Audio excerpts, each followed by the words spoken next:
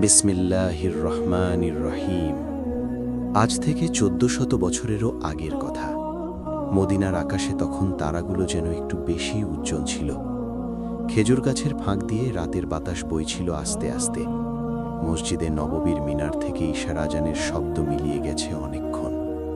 মদিনার অলিগলি তখন নিস্তব্ধ, ঘুমিয়ে পড়েছে পুরো শহর।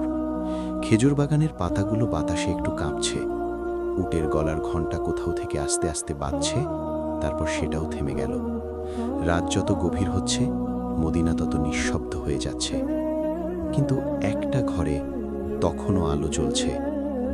একটা ছোট্ট মাটির ঘর, দেয়ালে খেজুর পাতার পর্দা, মেঝেতে একটা পাতলা চাদর বিছানো, আর সেই চাদরের ওপর শুয়ে আছে একটা শিশু। নাম তার ইউসুফ, বয়স মাত্র ৩ বছর। কিছুদিন আগেও এই শিশু সারাদিন দৌড়াতো, হাসত, মায়ের পিছু পিছু ঘুরত। কিন্তু এখন সে শুয়ে আছে নিথর হয়ে। ছোট্ট বুকটা উঠছে আর নামছে। সেটাই এখন তার মায়ের বেঁচে থাকার একমাত্র ভরসা। শিশুটির মা উম্মে সালমা তার পাশে বসে আছেন হাঁটু মুড়ে। তার চোখে ঘুম নেই। ঘুম আসবে কিভাবে? ছেলের শরীর যে জ্বলছে আগুনের মতো।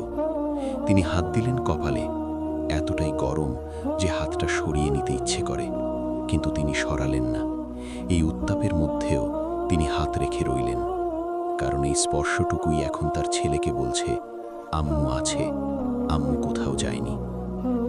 ৩ দিন ধরে জ্বর। মদিনায় তখন একটা মহামারীর মতো অবস্থা। কিছু শিশু অসুস্থ হয়ে পড়ছে হঠাৎ করে। শরীর গরম হয়, খাওয়া বন্ধ হয়, তারপর অনেকে আর ফেরে না।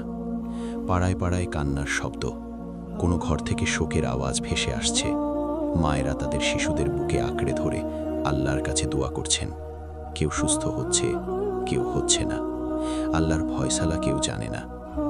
উম্মে সালমার স্বামী আবু দাউদ গত মাসে গাজওয়ায় গেছেন। কবে ফিরবেন জানা নেই। ঘরে আপনজন বলতে শুধু এই ৩ বছরের ছেলেটা। প্রতিবেশীরা আছেন, কিন্তু সবার নিজের সংসারে সমস্যা। এই মহামারীর মধ্যে কেউ অন্যের ঘরে যেতে সাহস করছেন না। উম্মে সালমা তাই একাই বসে আছেন, রাতের পর রাত একা। ইয়া আল্লাহ, তিনি ফিসফিস করলেন, কপালে হাত রেখে, তুমি ছাড়া আর কেউ নাই আমার। এই শিশুকে তুমি আমার কোলে দিয়েছিলে, তুমিই তার মালিক। কিন্তু আমি একজন মা, আমি তাকে ছাড়তে পারবো না। তুমি তাকে সুস্থ করে দাও। তোমার রহমত তো কোনো কিছুতে আটকায় না। প্রদীপের শিখা একটু কেঁপে উঠল। উম্মে সালমা একটা ভেজা কাপড় ইউসুফের কপালে দিলেন। শিশুটা একটু নড়ে উঠল। চোখ খুলল না, কিন্তু ঠোঁট নড়ল, যেন কিছু বলতে চাইছে। উম্মে সালমা কান পাতলেন, খুব আস্তে, প্রায় শোনা যায় না এমন করে। শিশুটা বলল, আম্মু। উম্মে সালমার বুকটা ভেঙে গেল। আম্মু আছি বাবা, তিনি বললেন, কণ্ঠ কাঁপছে। আম্মু কোথাও যাবে না, তুমি ভালো হয়ে যাবে, ইনশাআল্লাহ তুমি ভালো হয়ে যাবে। তারপর তিনি উঠে দরজার কাছে গেলেন।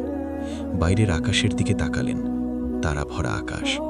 মদিনার রাত কতটা সুন্দর হতে পারে, কিন্তু সেই সৌন্দর্য তখন তার চোখে ধরা পড়ছে না। তিনি শুধু আল্লাহর কাছে একটাই চাইছেন, তার ছেলেকে ফিরিয়ে দাও। হঠাৎ তিনি থমকে গেলেন। গলির মোড়ে একটা মানুষ দাঁড়িয়ে আছে। উম্মে সালমা চোখ কুঁচকে তাকালেন। এত রাতে কে? মদিনার এই গলিতে রাত ২টোর পরে কেউ থাকে না। সবাই ঘরে, সবাই ঘুম। তাহলে এই মানুষটা কে? মানুষটা নড়ছে না, দাঁড়িয়েই আছে। কিন্তু তার দিকে তাকিয়ে আছে এটা উম্মে সালমা পোয়াভাবে বুঝতে পারলেন। অন্ধকারের মধ্যেও বোঝা যাচ্ছে সে তাকিয়ে আছে এই ঘরের দিকে। ভয় পাবার কথা, একজন একা নারী, রাত ২টোয়, অপরিচিত মানুষ। কিন্তু অদ্ভুতভাবে ভয় লাগলো না, বরং মনের ভেতরে একটা অদ্ভুত শান্তি নেমে এলো, যেন কেউ বুকের ওপর থেকে একটা ভার সরিয়ে দিয়েছে। কে ওখানে? উম্মে সালমা ডাকলেন। মানুষটা একটু এগিয়ে এলো, কিন্তু তার পায়ের শব্দ হলো না। মদিনার মাটির রাস্তায় মানুষ হাঁটলে একটু না একটু শব্দ হয়। পাথর সরে, বালি নড়ে, জুতোর শব্দ হয়। কিন্তু এই মানুষটার পায়ের নিচে যেন কিছুই নেই। নিঃশব্দে এগিয়ে আসছে, যেন সে মাটিতে পা রাখছে না, ভাসছে। উম্মে সালমার বুকটা একটু ধক করে উঠল। কাছে এসে থামল সে। লম্বা মানুষ, সাদা পোশাক, কিন্তু সে পোশাকে কোনো ময়লা নেই, কোনো ভাঁজ নেই, যেন এইমাত্র পড়েছে। মদিনার রাস্তায় চলে এসেছে, অথচ পোশাকে একটা ধুলোও নেই। চেহারাটা দেখা যাচ্ছে, কিন্তু কোনো বিশেষ বৈশিষ্ট্য মনে রাখা যাচ্ছে না। সুন্দর, কিন্তু কেমন যেন অদ্ভুত সুন্দর, পৃথিবীর মানুষের মতো না। তোমার শিশু অসুস্থ। এটা প্রশ্ন নয়, বলল সে, এবং তার কণ্ঠস্বর। উম্মে সালমা পরে অনেকবার এই কণ্ঠের কথা বলেছেন, মনে হয়েছিল যেন অনেক দূর থেকে আসছে, কিন্তু কানের কাছেই শোনা যাচ্ছে। যেন একটা কণ্ঠ নয়, অনেক কণ্ঠ একসাথে, কিন্তু একদম শান্ত। যেন ঝর্ণার শব্দ, যেন বৃষ্টির শব্দ, কিন্তু মানুষের মুখ থেকে বেরোচ্ছে। হ্যাঁ, উম্মে সালমা বললেন, তুমি কে? এত রাতে? আমাকে ভেতরে যেতে দাও। স্বাভাবিক পরিস্থিতিতে কোনো নারী অপরিচিত পুরুষকে এভাবে ঘরে ঢুকতে দেন না, কিন্তু সেই রাতে উম্মে সালমা পিছিয়ে গেলেন, দরজা খুলে দিলেন। পরে তিনি বলেছিলেন, মনে হলো যেন আমার পা নিজেই সরে গেল, মনে হলো এটাই করতে হবে, যেন আল্লাহ নিজেই আমার হৃদয়ে বলছেন, এই মানুষকে ঢুকতে দাও। সে ঢুকল, সরাসরি ইউসুফের কাছে গেল, হাঁটু গেড়ে বসল, শিশুর দিকে তাকালো কিছুক্ষণ। সেই দৃষ্টি এমন যেন সে শুধু শরীর দেখছে না, ভেতরের সবটুকু দেখছে, যেন তার চোখ দিয়ে দেখা যায় যা সাধারণ মানুষ দেখতে পায় না। তারপর সে তার হাত তুলল, এবং উম্মে সালমা দেখলেন সেই হাতের আঙুলের ডগায় একটা অদ্ভুত আলো, সোনালি সাদা, শুধু এক মুহূর্তের জন্য, তারপরই মিলিয়ে গেল। উম্মে সালমা ভাবলেন চোখের ভুল, কিন্তু না, তিনি স্পষ্ট দেখেছেন সেই আলো ছিল। সে বলল, পানি আনো। উম্মে সালমা ছুটে গেলেন, একটা মাটির পাত্রে পানি নিয়ে এলেন। সে পানির পাত্রের ওপর হাত রাখল, ঠোঁট নড়ল, কিন্তু কোনো শব্দ শোনা গেল না। কি পড়ল সে উম্মে সালমা বুঝতে পারলেন না, কিন্তু পানির রং কি একটু বদলে গেল, একটু বেশি স্বচ্ছ হয়ে গেল, নাকি চোখের ভুল? উম্মে সালমা নিশ্চিত হতে পারলেন না। তারপর সে বলল, এই পানি ওর মাথায় ঢেলে দাও। উম্মে সালমা নিলেন পাত্রটা, কাঁপছিল তার হাত। ইউসুফের কপালে ঢাললেন। পানি পড়ার সাথে সাথে যা হলো তা উম্মে সালমা কোনো দিন ভুলতে পারেননি। শিশুটার পুরো শরীর একটু কেঁপে উঠল, তারপর স্থির হয়ে গেল, শান্ত, গভীর ঘুমের মতো। সেই অস্থিরতা নেই, সেই কষ্টের ভাব নেই, একদম শান্ত মুখ। উম্মে সালমা হাত দিলেন কপালে, ঠান্ডা, জ্বর নেই। 3 দিনের জ্বর এক মুহূর্তে কিভাবে সম্ভব? কোনো ওষুধ নেই, কোনো হেকিম নেই, শুধু পানি আর একটা স্পর্শ। তিনি পেছনে ফিরলেন, ঘর খালি, সেই মানুষ নেই। উম্মে সালমা দরজার দিকে ছুটলেন, বাইরে গেলেন, গলিতে তাকালেন, ডানে বামে সামনে, কেউ নেই। মদিনার রাত নিস্তব্ধ, তারা ভরা আকাশ, বাতাস বইছে আসতে, কিন্তু সেই সাদা পোশাকের মানুষ কোথাও নেই। এত দ্রুত কেউ যেতে পারে না। একটা মানুষ কি এত দ্রুত মিলিয়ে যেতে পারে? 5 কদমের মধ্যে গলি শেষ, সেখানেও কেউ নেই। উম্মে সালমা দৌড়ে দেখলেন, না, কোথাও নেই। শুধু মাটিতে একটা ছোট্ট চিহ্ন, যেখানে সে দাঁড়িয়েছিল। পায়ের ছাপ নয়, বরং যেন মাটিতে একটু আলো লেগে আছে, সোনালি, ক্ষীণ। উম্মে সালমা হাঁটু গেড়ে বসলেন, হাত দিলেন সেই জায়গায়, উষ্ণ, যেন এই মাত্র কেউ ছিল, এবং তার উপস্থিতির উত্তাপ এখনো মাটিতে আছে। উম্মে সালমা সেখানে বসে রইলেন অনেকক্ষণ। রাতের আকাশের দিকে তাকালেন, তারাগুলো যেন আরও উজ্জ্বল হয়ে গেছে, বাতাস যেন আরও নরম, মদিনার রাত যেন আরও পবিত্র। তিনি বুঝতে পারছেন না কি হয়েছে, কিন্তু বুকের ভেতর একটা অনুভূতি, এই অনুভূতি ভাষায় প্রকাশ করা যায় না। এটা শুধু শান্তি নয়, এটা শুধু কৃতজ্ঞতা নয়, এটা এমন একটা অনুভূতি যেটা তখনই হয় যখন মানুষ বুঝতে পারে যে আল্লাহ তার দিকে তাকিয়ে আছেন, যখন বুঝতে পারে যে সে একা নয়, যখন বুঝতে পারে যে আসমান থেকে কেউ দেখছে এবং প্রয়োজনে নেমেও আসে। পরদিন ভোরে উম্মে সালামা ইউসুফকে নিয়ে উঠলেন। শিশু একদম সুস্থ, হাসছে, খেলছে, যেন কিছুই হয়নি। 3 দিনের সেই ভয়াবহ জ্বর, কোথাও কোনো চিহ্ন নেই। উম্মে সালামা সেদিন সকালে নবীজি সাল্লাল্লাহু আলাইহি ওয়াসাল্লামের কাছে গেলেন, সব খুলে বললেন। সেই রাতের কথা, সেই মানুষের কথা, সেই পানির কথা, সেই আলোর কথা, সেই মিলিয়ে যাওয়ার কথা। নবীজি সাল্লাল্লাহু আলাইহি ওয়াসাল্লাম পুরোটা শুনলেন। তারপর তার মুখে একটা হাসি ফুটে উঠল। সেই হাসি দেখে উম্মে সালামার বুকের ভেতর কেমন হয়ে গেল। সেই হাসিতে রহস্য আছে, সেই হাসিতে জ্ঞান আছে, সেই হাসিতে এমন কিছু আছে যা উম্মে সালামা বুঝতে পারছেন, কিন্তু ভাষায় আনতে পারছেন না। নবীজি বললেন, তোমার ছেলের জন্য আল্লাহ যাকে পাঠিয়েছিলেন সে এই দুনিয়ার কেউ নয়। উম্মে সালামা জিজ্ঞেস করলেন, ইয়া রাসূলুল্লাহ, তাহলে সে কে ছিল? নবীজি আবার হাসলেন। এবার বললেন সেই নামটা। কিন্তু সেই নামটা জানতে হলে, সেই রাতের বাকি রহস্য জানতে হলে অপেক্ষা করতে হবে, কারণ এই গল্প এখানেই শেষ নয়। সেই ফেরেশতা কি সত্যি চলে গিয়েছিল, নাকি সে এখনো ছিল অদৃশ্য হয়ে পাহারায়? আর কেন সে এসেছিল? শুধু কি ইউসুফকে বাঁচাতে, নাকি এর পেছনে আরও বড় একটা হিকমত লুকিয়ে আছে যা উম্মে সালামা তখনও জানেন না? মদিনার পথ ধরে হাঁটতে হাঁটতে উম্মে সালামার মনে পড়ছিল নবীজির সেই কথাগুলো। তিনি বলেছিলেন, উম্মে সালামা, তুমি যে রাতে একা বসে কাঁদছিলে, যে রাতে তোমার মুখ থেকে কোনো শব্দ বের হচ্ছিল না, শুধু বুকের ভেতর থেকে আল্লাহকে ডাকছিলে, সেই ডাক আসমানে পৌঁছে গিয়েছিল। আল্লাহ সেই ডাক শুনেছেন এবং আল্লাহ তার একজন বিশেষ ফেরেশতাকে পাঠিয়েছেন শুধু তোমার ছেলের জন্য। উম্মে সালামা জিজ্ঞেস করেছিলেন, ইয়া রাসূলুল্লাহ, সে কি এখনো আছে? সে কি চলে গেছে? নবীজি একটু থেমেছিলেন, তারপর বলেছিলেন, ফেরেশতারা কখনো অকারণে আসে না, এবং যে কাজে আসে সে কাজ শেষ না হওয়া পর্যন্ত যায় না। সেই কথাটা উম্মে সালামার বুকে গেঁথে গিয়েছিল। সে কাজ শেষ না হওয়া পর্যন্ত যায় না। তার মানে কি সেই ফেরেশতা এখনো আছে, এখনো কাছে আছে, অদৃশ্য হয়ে এখনো পাহারা দিচ্ছে ইউসুফকে? উম্মে সালামা হাঁটতে হাঁটতে ছেলের দিকে তাকালেন। ইউসুফ তখন রাস্তার পাশে একটা পাথর তুলে নিয়ে খেলছে, একটা সাধারণ 3 বছরের শিশুর মতো। কিন্তু উম্মে সালামার মনে হলো এই শিশুকে ঘিরে এখন এমন কিছু আছে যা চোখে দেখা যায় না। একটা সুরক্ষা, একটা আবরণ, আল্লাহ রহমতের একটা চাদর। তিনি চোখ বন্ধ করলেন, আলহামদুলিল্লাহ বললেন।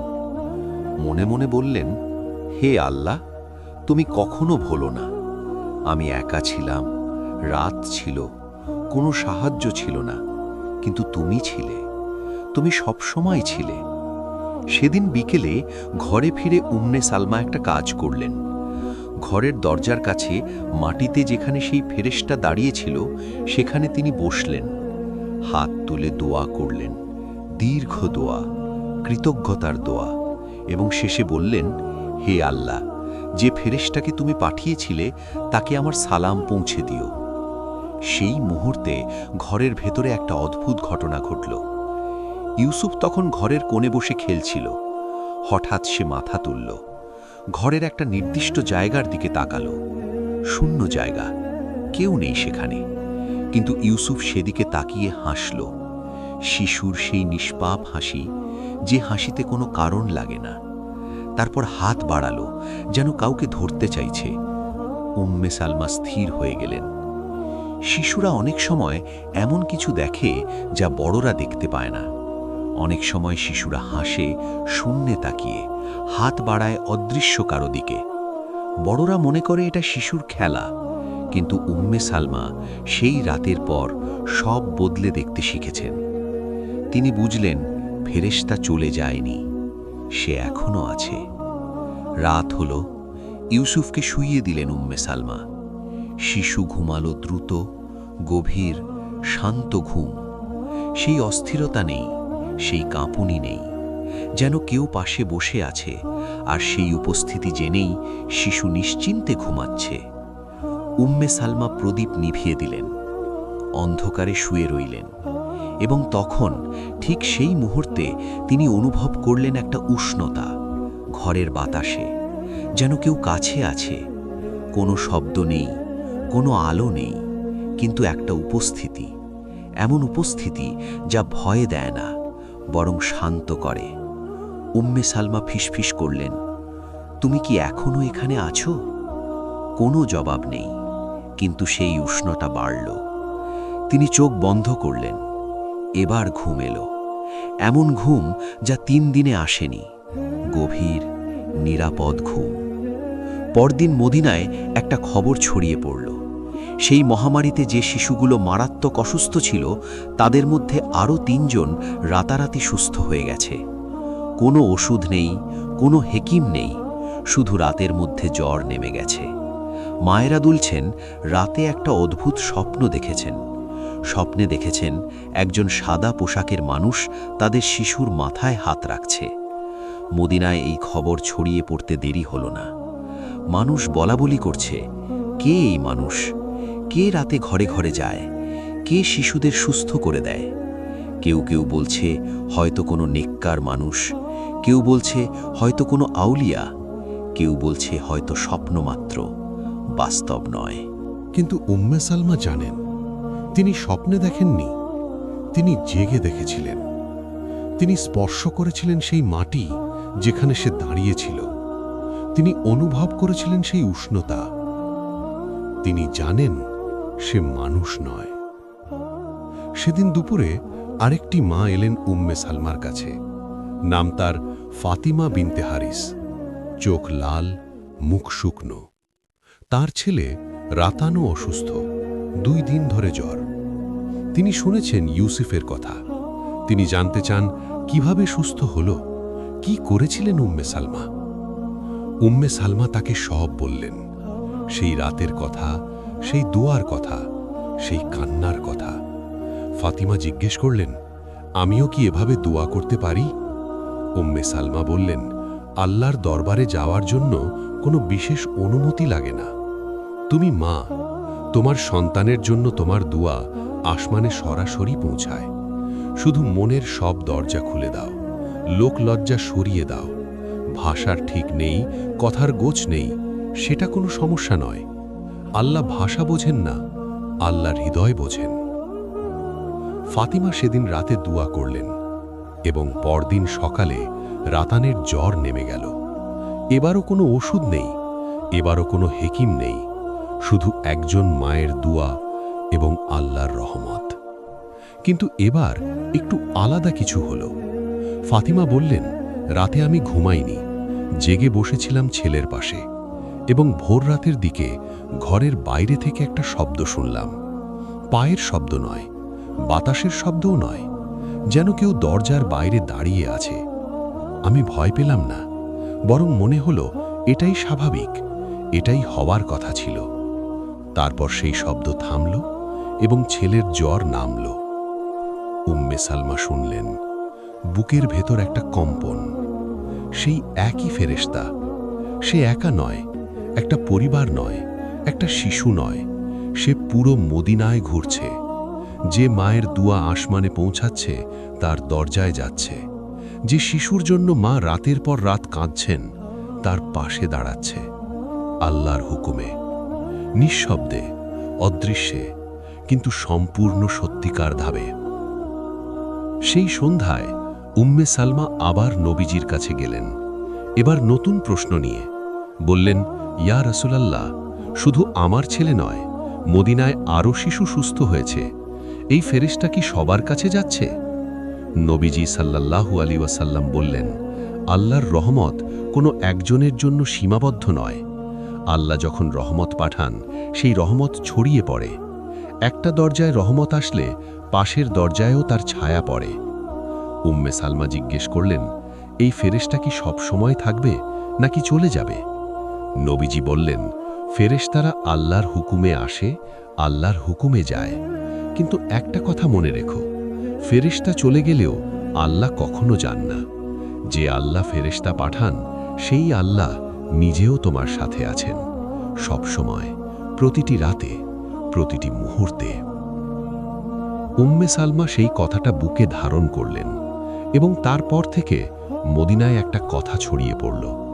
যে মা রাতে একা বসে সন্তানের জন্য কাঁদেন, সে একা নয়, আসমান থেকে কেউ দেখছেন এবং প্রয়োজনে নামেন। কিন্তু এই গল্পে এখনো একটা রহস্য বাকি। সেই ফেরেশতা কি শুধু শিশুদের জন্য এসেছিল, নাকি তার আসার পেছনে আরও বড় একটা কারণ ছিল, যা উম্মে সালমা তখনও জানেন না, যা নবীজিও সেদিন সম্পূর্ণ বলেননি। কারণ সেই রাতে, যে রাতে ফেরেশতা এসেছিল, মদিনায় আরেকটি ঘটনা ঘটেছিল। একটি ঘটনা যা উম্মে সালমা জানতেন না, একটি ঘটনা যা সেই ফেরেশতার আসার সাথে সরাসরি যুক্ত।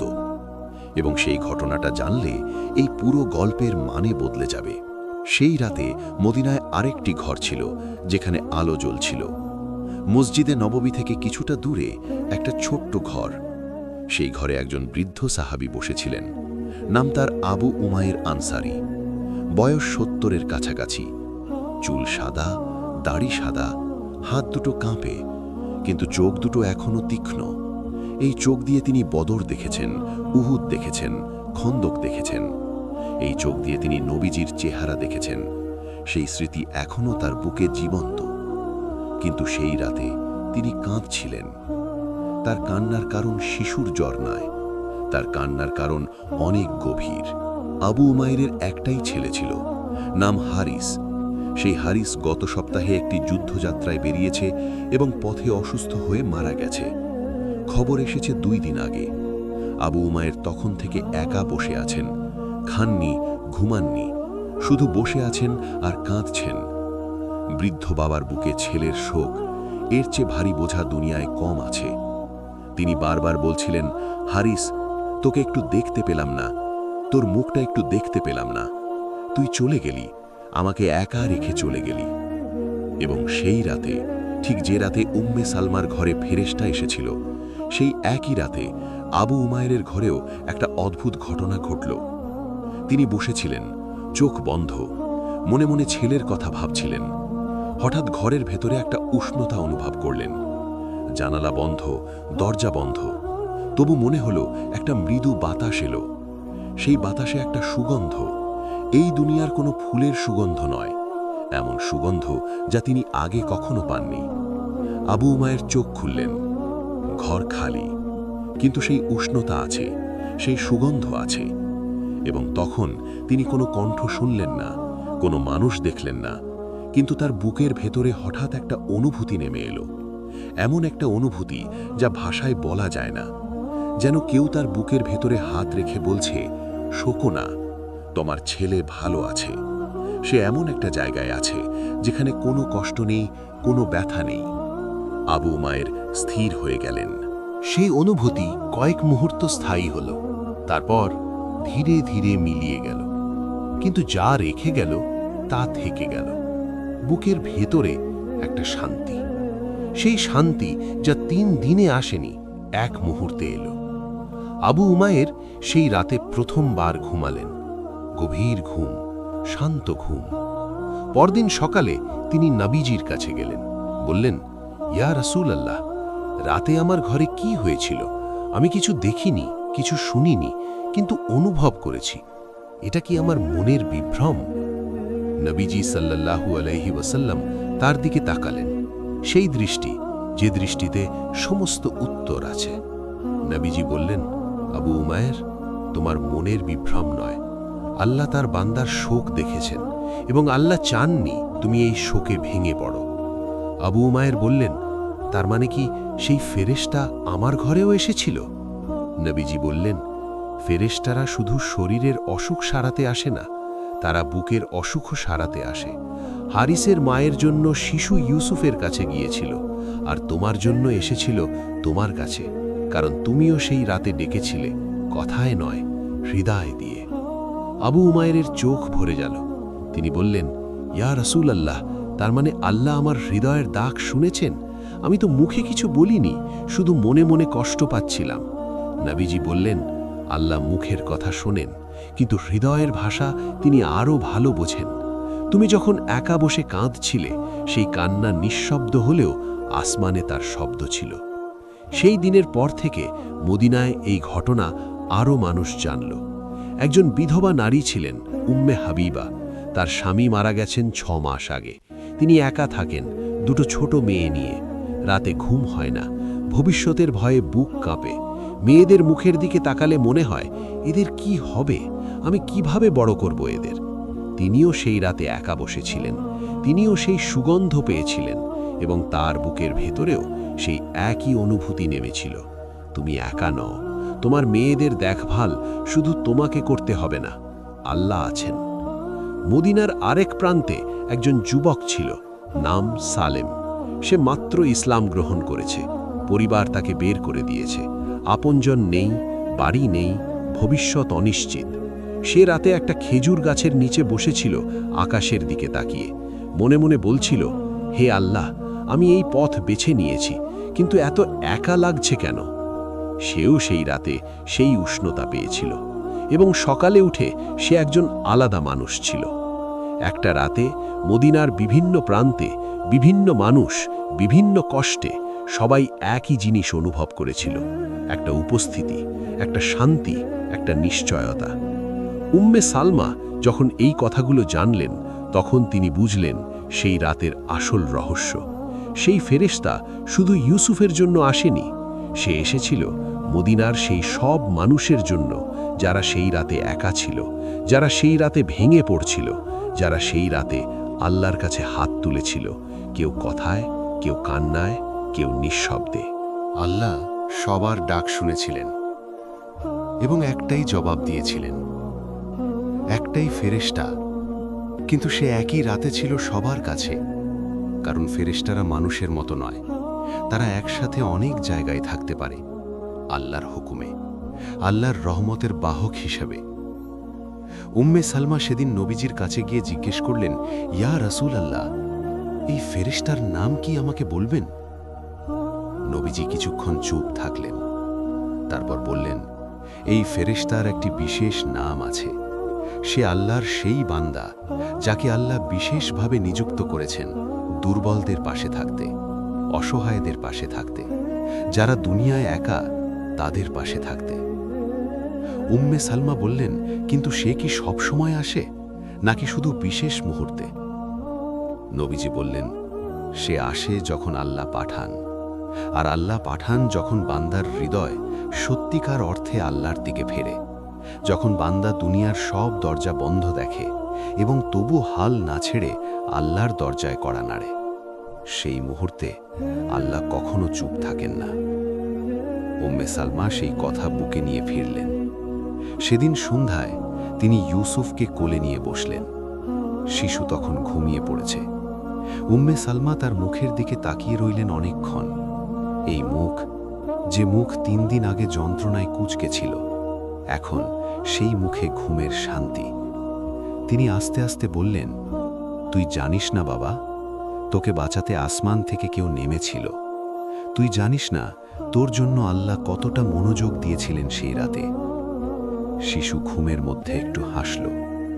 উম্মে সালমার চোখ ভিজে গেল। কিন্তু এই গল্পে এখনো একটা অধ্যায় বাকি, কারণ সেই ফেরেশতা যে সেই রাতে মদিনায় এসেছিল, সে যাওয়ার আগে একটা কাজ করে গিয়েছিল। এমন একটা কাজ যা উম্মে সালমা সেই রাতে দেখেননি, যা তিনি জানতেন না, যা তিনি জানলেন অনেক পরে, এবং জানার পর তার পুরো জীবনের দৃষ্টিভঙ্গি বদলে গিয়েছিল। সেই রাতে ফেরেশতা যাওয়ার আগে একটা কাজ করে গিয়েছিল। উম্মে সালমা জানতেন না, মদিনার কেউ জানত না, এমনকি যে মায়েরা সেই রাতে সেই উষ্ণতা অনুভব করেছিলেন তারাও জানতেন না। কিন্তু মদিনার বাইরে একটা মরুভূমির পথে একটা কাফেলা সেই রাতে আটকে ছিল। সেই কাফেলায় ছিলেন আবু দাউদ, উম্মে সালমার স্বামী। গাজওয়া শেষে ফেরার পথে তাদের কাফেলা একটা ভয়াবহ বালুর ঝড়ে পড়েছিল। রাত তখন গভীর, চারদিক অন্ধকার। বালুর ঝড় এত প্রচণ্ড যে চোখ খোলা যাচ্ছে না। উট বসে পড়েছে, পথ হারিয়ে গেছে। কাফেলার মানুষগুলো একে অপরকে ধরে বসে আছে, কারণ দাঁড়ানো যাচ্ছে না, এগোনো যাচ্ছে না। আবু দাউদ মাথা নত করলেন। ঝড়ের মধ্যেই বললেন, ইয়া আল্লাহ, আমাকে ঘরে ফিরতে দাও, আমার ছেলেকে রক্ষা করো, আমার স্ত্রীকে একা রেখো না। ঝড় থামল না, বালু উড়তে থাকল। কিন্তু তখন আবু দাউদ অনুভব করলেন কাঁধে একটা স্পর্শ। তিনি চোখ খুললেন, পাশে কেউ নেই। কাফেলার বাকি মানুষেরা কিছুটা দূরে, কেউ তার কাঁধ ছোঁয়নি, কিন্তু সেই স্পর্শ এতটাই স্পষ্ট ছিল যে তিনি নিশ্চিত কেউ স্পর্শ করেছে। এবং সেই স্পর্শের সাথে তার বুকের ভেতরে একটা কথা ভেসে উঠল। কণ্ঠস্বর নয়, কিন্তু এতটাই স্পষ্ট যেন কেউ কানের কাছে বলছে, তোমার ছেলে ভালো আছে, তোমার স্ত্রী একা নেই। আবু দাউদ স্থির হয়ে গেলেন। ঝড়ের মধ্যে, বালুর মধ্যে, অন্ধকারের মধ্যে তার বুকে একটা শান্তি নেমে এলো। এমন শান্তি যা পরিস্থিতির সাথে মেলে না। পরিস্থিতি ভয়াবহ, কিন্তু বুকের ভেতর শান্ত, যেন কেউ বলে দিয়েছে সব ঠিক আছে। আবু দাউদ সেই রাতে আর ভয় পাননি। এবং ভোররাতের দিকে ঝড় থামল, আকাশ পরিষ্কার হলো, তারা বেরোলো, পথ দেখা গেল, কাফেলা আবার চলতে শুরু করল। এবং পরদিন সন্ধ্যায় আবু দাউদ মদিনায় পৌঁছালেন। ঘরের দরজায় পা দিতেই দেখলেন ইউসুফ দৌড়ে আসছে, হাসছে, সম্পূর্ণ সুস্থ। আবু দাউদ হাঁটু গেড়ে বসলেন, ছেলেকে বুকে জড়িয়ে ধরলেন, অনেকক্ষণ ধরে রইলেন। উম্মে সালমা দরজায় দাঁড়িয়ে দেখলেন, তার চোখে পানি। সেই রাতে স্বামী স্ত্রী দুজনে বসলেন। উম্মে সালমা বললেন তার রাতের কথা, আবু দাউদ বললেন তার ঝড়ের রাতের কথা। দুজনে চুপ হয়ে গেলেন। একই রাতে একজন মদিনার একটা ছোট্ট ঘরে, আর একজন মরুভূমির মাঝখানে। দুজনেই একই উপস্থিতি অনুভব করেছিলেন, একই উষ্ণতা, একই শান্তি। আবু দাউদ বললেন, তার মানে সেই ফেরেশতা একই সময়ে দু জায়গায় ছিল। উম্মে সালমা বললেন, নবীজি বলেছেন ফেরেশতারা মানুষের মতো নয়, তারা আল্লাহর হুকুমে একসাথে অনেক জায়গায় থাকতে পারে। আবু দাউদ আকাশের দিকে তাকালেন, বললেন সুবহানাল্লাহ।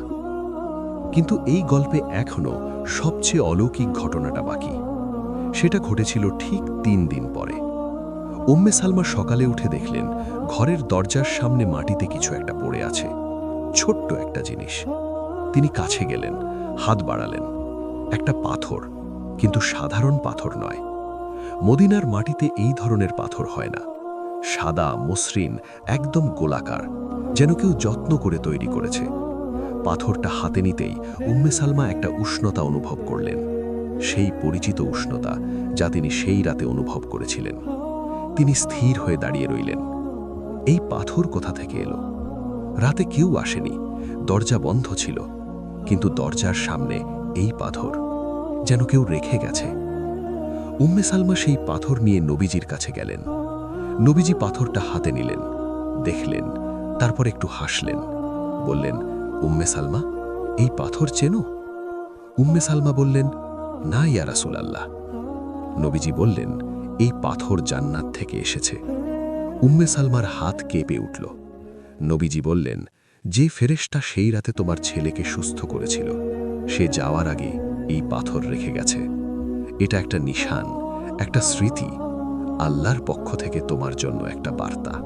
উম্মে সালমা বললেন, কি বার্তা ইয়া রাসূলুল্লাহ? নবীজি বললেন, বার্তা হলো আল্লাহ তোমাকে ভোলেননি, সেই রাতে ভোলেননি, আজকেও ভোলেননি, কোনোদিন ভুলবেন না। এই পাথর যতদিন তোমার কাছে থাকবে, প্রতিদিন এটা দেখবে আর মনে করবে আল্লাহ দেখছেন। উম্মে সালমার হাত থেকে পাথরটা পড়ে যাচ্ছিল, কারণ হাত কাঁপছিল, কিন্তু তিনি শক্ত করে ধরলেন, বুকে চেপে ধরলেন, কাঁদলেন। সেই দিন থেকে সেই পাথর উম্মে সালমার সবচেয়ে প্রিয় সম্পদ হয়ে গেল। তিনি এটা সারা জীবন রেখেছিলেন। যখন কষ্ট হতো, যখন একা লাগতো, যখন মনে হতো আর পারছি না, তখন এই পাথর হাতে নিতেন আর সেই উষ্ণতা অনুভব করতেন। সেই পরিচিত উষ্ণতা, সেই আশ্বাস, তুমি একা নও। কিন্তু এই গল্পে এখনো একটা অধ্যায় বাকি, কারণ ইউসুফ বড় হয়েছিল। সেই 3 বছরের শিশু একদিন যুবক হয়েছিল, এবং যুবক ইউসুফের জীবনে এমন একটা মুহূর্ত এসেছিল যখন সে নিজেও সেই ফেরেশতাকে দেখেছিল। সেই ঘটনার 15 বছর পরের কথা। ইউসুফ তখন 18 বছরের যুবক, লম্বা সুঠাম শরীর, মুখে সবে দাড়ি উঠেছে, চোখ দুটো বাবার মতো তীক্ষ্ণ, কিন্তু মায়ের মতো নরম। মদিনার রাস্তায় হাঁটলে মানুষ চেনে তাকে, আবু দাউদের ছেলে, উম্মে সালমার ছেলে। কিন্তু ইউসুফ জানত না সে একবার মরতে বসেছিল। উম্মে সালমা কখনো বলেননি, কারণ তিনি চাননি ছেলে বড় হোক একটা ঘটনার বোঝা বুকে নিয়ে।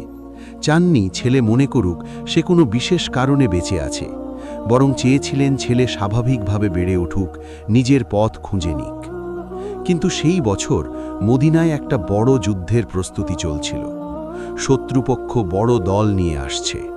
মদিনার চারদিকে উত্তেজনা, পুরুষরা অস্ত্র নিচ্ছেন, যুবকরা প্রস্তুত হচ্ছে, এবং ইউসুফও সিদ্ধান্ত নিল সে যাবে। উম্মে সালমা শুনলেন, বুকটা কেঁপে উঠল। 15 বছর আগের সেই রাতের কথা মনে পড়ল। সেই জ্বর, সেই অন্ধকার, সেই অসহায়ত্ব।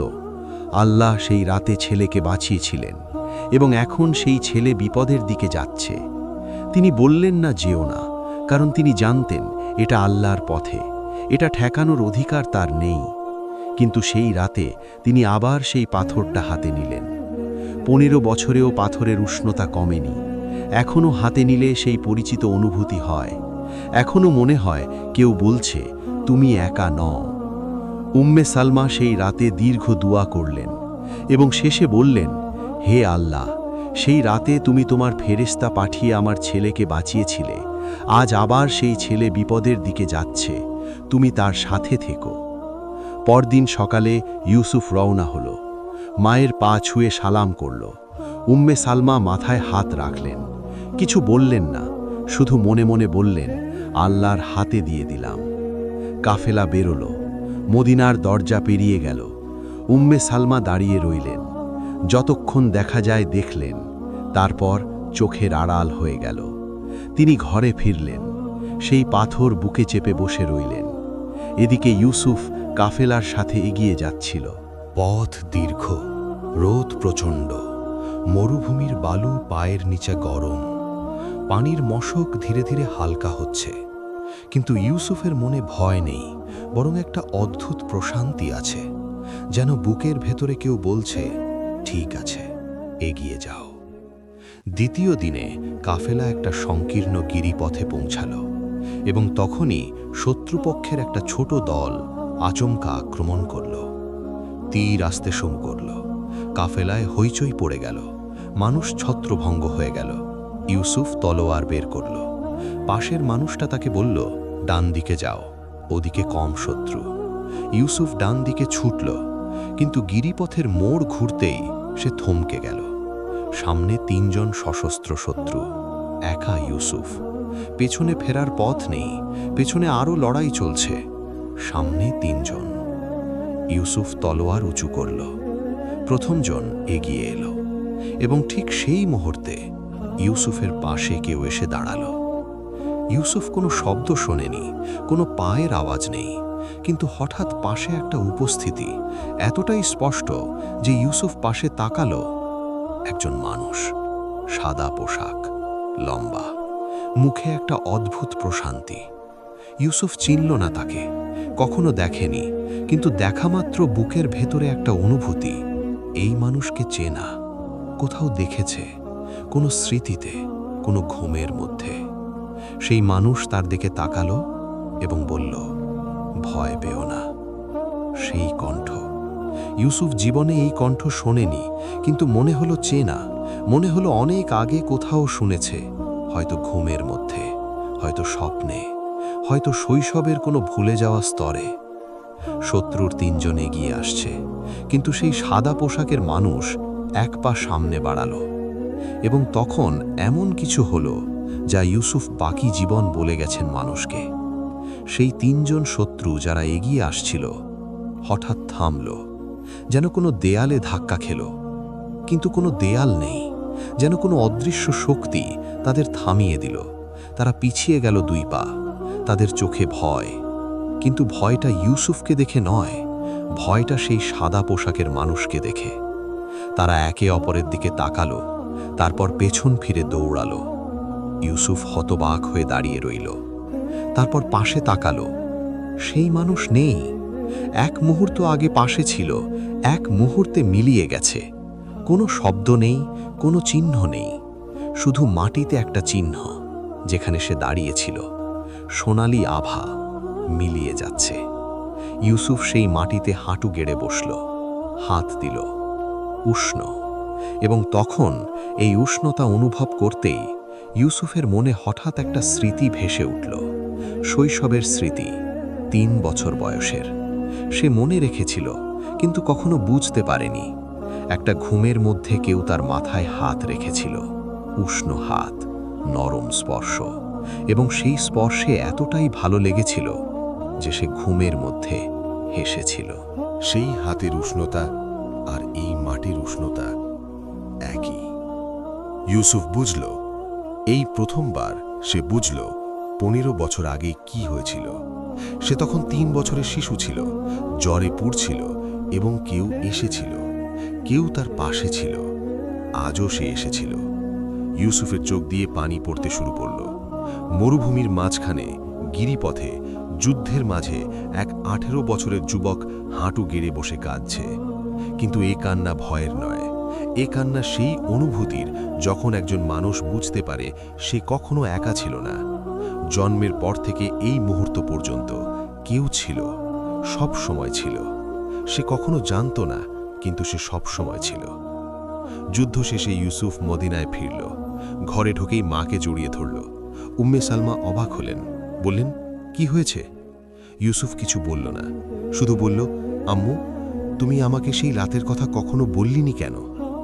উম্মে সালমা স্থির হয়ে গেলেন, বললেন, তুমি কিভাবে জানলে? ইউসুফ বলল, সে আমাকে বলেনি, কিন্তু আমি অনুভব করেছি। সেই রাতে মা ও ছেলে পাশাপাশি বসলেন। উম্মে সালমা সব বললেন, 15 বছর আগে সেই রাতের কথা, সেই অচেনা মানুষের কথা, সেই পানির কথা, সেই মিলিয়ে যাওয়ার কথা, নবীজির কথা, সেই পাথরের কথা। এবং সেই পাথর ইউসুফের হাতে দিলেন। ইউসুফ হাতে নিল, উষ্ণতা অনুভব করল, সেই পরিচিত উষ্ণতা যা সে 3 বছর বয়সে ঘুমের মধ্যে পেয়েছিল, যা সে আজ গিরিপথের মাটিতে পেয়েছিল। একই উষ্ণতা। ইউসুফ পাথরটা বুকে চেপে ধরল এবং বলল, আম্মু, আল্লাহ কখনো ভোলেন না, তাই না? উম্মে সালমা ছেলের মাথায় হাত রাখলেন, বললেন, কখনো না, কোনো দিন না। কিন্তু এই গল্পের শেষ অধ্যায় এখনো বাকি, কারণ সেই পাথর যা জান্নাত থেকে এসেছিল তার একটা রহস্য ছিল। একটা রহস্য যা উম্মে সালমা জানতেন, যা নবীজি তাকে বলেছিলেন, কিন্তু যা তিনি কাউকে বলেননি, এমনকি ইউসুফকেও না। সেই পাথরের রহস্য উম্মে সালমা বুকে চেপে রেখেছিলেন বছরের পর বছর।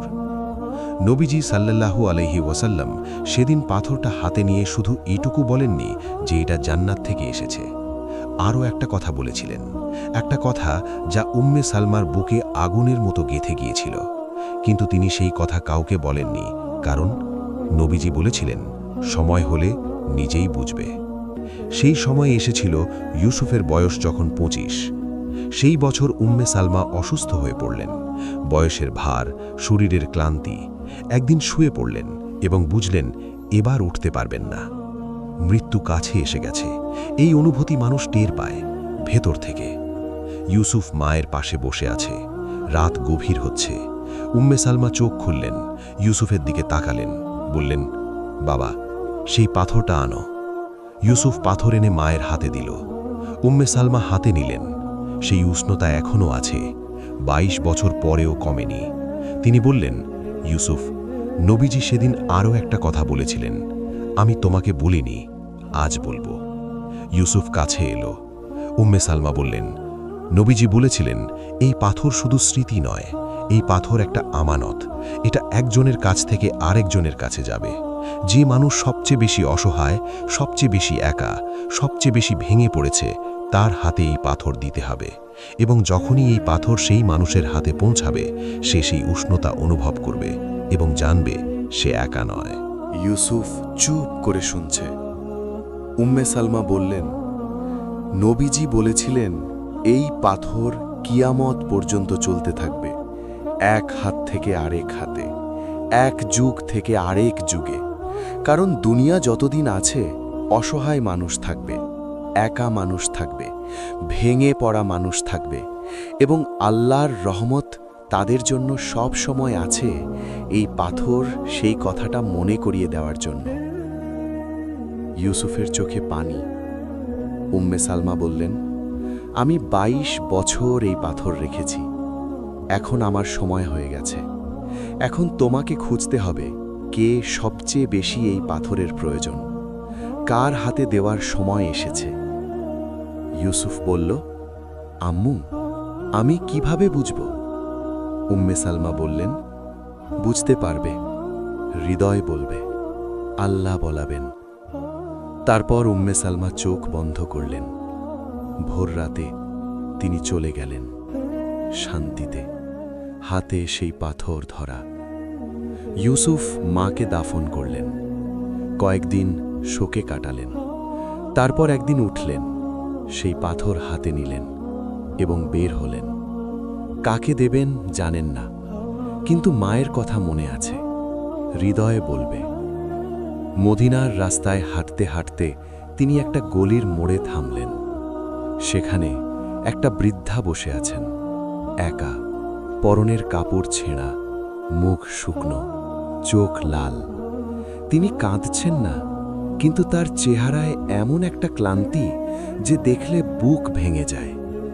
এই ক্লান্তি এক দিনের নয়, এক বছরের নয়, এই ক্লান্তি অনেক বছরের কষ্টের। ইউসুফ থামলেন, বুকের ভেতরে কিছু একটা বলল, এই মানুষ। তিনি কাছে গেলেন, বসলেন পাশে, জিজ্ঞেস করলেন, আপনি কে? কি হয়েছে? বৃদ্ধা তার দিকে তাকালেন, বললেন, আমার কেউ নেই। স্বামী মারা গেছেন, ছেলে মারা গেছেন, মেয়ে দূরে চলে গেছেন। আমি একা। প্রতিদিন ভাবি, আল্লাহ কি আমাকে ভুলে গেছেন? ইউসুফের হাত কাঁপল। এই কথাটা, এই হুবহু কথাটা একটু অন্যভাবে তার মাও বলেছিলেন।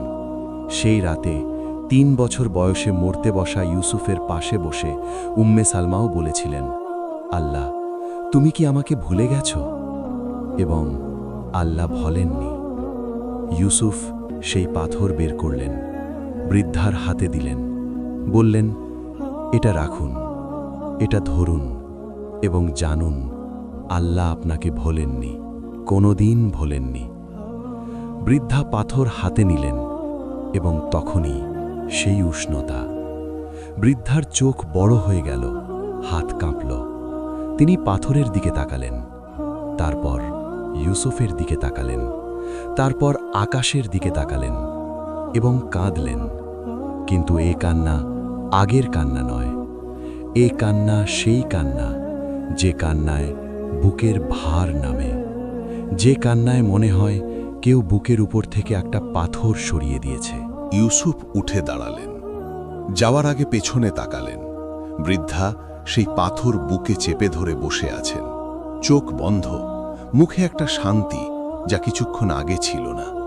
ইউসুফ সেই দৃশ্য দেখলেন এবং তখন তার মাথার ওপরে বা হয়তো বুকের ভেতরে একটা অনুভূতি হলো, যেন কেউ বলছে, এটাই আল্লাহর রহমত, এক মানুষ থেকে আর এক মানুষে, এক হৃদয় থেকে আর এক হৃদয়ে। ফেরেশতা আসে আল্লাহর হুকুমে, কিন্তু আল্লাহ চান মানুষও একে অপরের জন্য ফেরেশতার মতো হোক। সেই পাথর মদিনা থেকে শামে গেল, শাম থেকে ইরাকে, ইরাক থেকে আরও দূরে, যুগের পর যুগ, শতাব্দীর পর শতাব্দী, এক ভাঙা মানুষের হাত থেকে আর এক ভাঙা মানুষের হাতে। প্রতিবার একই ঘটনা, যার হাতে যায় সে সেই উষ্ণতা পায়, সেই অনুভূতি পায় এবং জানে আল্লাহ ভোলেননি। কিন্তু এই গল্পের সবচেয়ে চমকপ্রদ অংশ এখানে নয়। সবচেয়ে চমকপ্রদ অংশ হল সেই পাথর কোথায় গিয়ে থামল। ইসলামের ইতিহাসে এমন একটা সময় এলো যখন মুসলিমরা সবচেয়ে বেশি বিপদে পড়েছিল। শত্রু চারদিক থেকে ঘিরে ধরেছে, মানুষ ভয় পাচ্ছে, বিশ্বাস টলছে।